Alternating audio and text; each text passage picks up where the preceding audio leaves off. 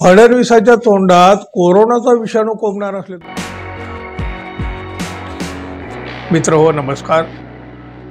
एकनाथ शिंदे गटाचे वादग्रस्त आमदार संजय गायकवाड यांनी आमदार निवासातील कॅन्टीनमध्ये अक्षरशः गुंड मवाल्यासारखा धिंगाणा घातला, राडा केला।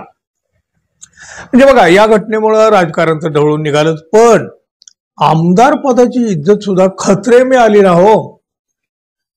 अहो काय ते कमरेला टॉवेल गुंडाळून बनियानवर एखादा आमदार हॉटेलमध्ये येतो, म्हणजे आमदार निवासाच्या कॅन्टीन मध्ये येतो, तिथं बाकीचे लोकही असतात, त्या हॉटेलमध्ये येतो काय, मारामारी करतो काय, हे चित्र कशाचं ठेवतं काय हो? आमदार पदाचा हा सन्मान म्हणायचं का?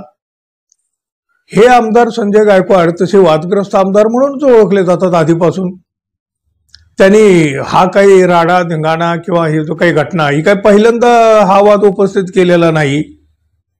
आपण जरा त्यांच्या इतिहासामध्ये बघूया।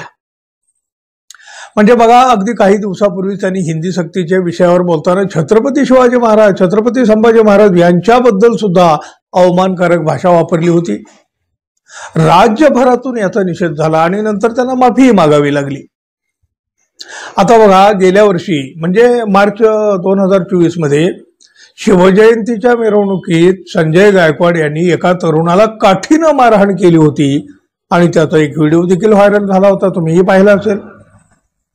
यावेळी बरेच उलटसुलट चर्चाही झाली। सप्टेंबर 24 मध्ये राहुल गांधी यांच्यावर बोलताना हे संजय गायकवाड म्हणाले होते, राहुल गांधीची जीभ कापेल, म्हणजे जो जीभ कापेल त्याला 11 लाख रुपयाचं बक्षीस देणार। गायकवाडांनी लोकसभा विरोधी पक्षनेत्याच्या विरोधात हे वक्तव्य केलं आणि पोलिसांनी त्यांच्या विरोधामध्ये गुन्हाही नोंदवला। त्यानंतर एप्रिल 25 मध्ये त्यांनी पोलिसांवर आक्षेपार्ह टिप्पणी केली होती। महाराष्ट्र पोलिसांसारखं अकार्यक्षम डिपार्टमेंट जगात कुठंही नाही। पोलिसांनी जर 50 लाख पकडले तर ते 50,000 दाखवतात। गुटखा बंदी केली की पोलिसांचा एक हप्ता वाढतो, दारूबंदी केली की पोलिसांचा एक हप्ता वाढतो। जर पोलिसांनी ठरवलं की मी 1 वर्ष हरामीपणा करणार नाही तर सगळं सुतासारखं सरळ होईल, असं हे गायकवाड म्हणाले होते।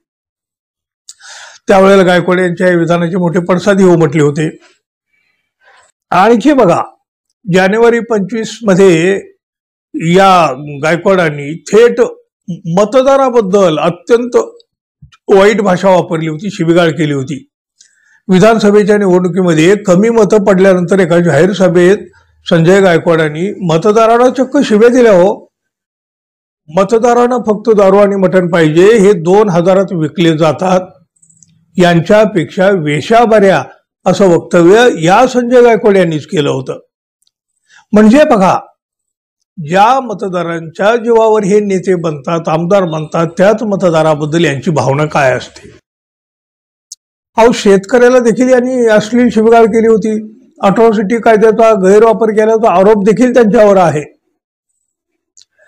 ते 1987 साली आपण वाघ मारला होता आणि त्याचा दात आपण गळ्यात घालून फिरतोय, असा दावा सुद्धा या संजय गायकवाड यांनी केला होता हो। हे संजय गायकवाड आजच्या फडणवीस यांच्या सोबत राजकारण करीत आहेत।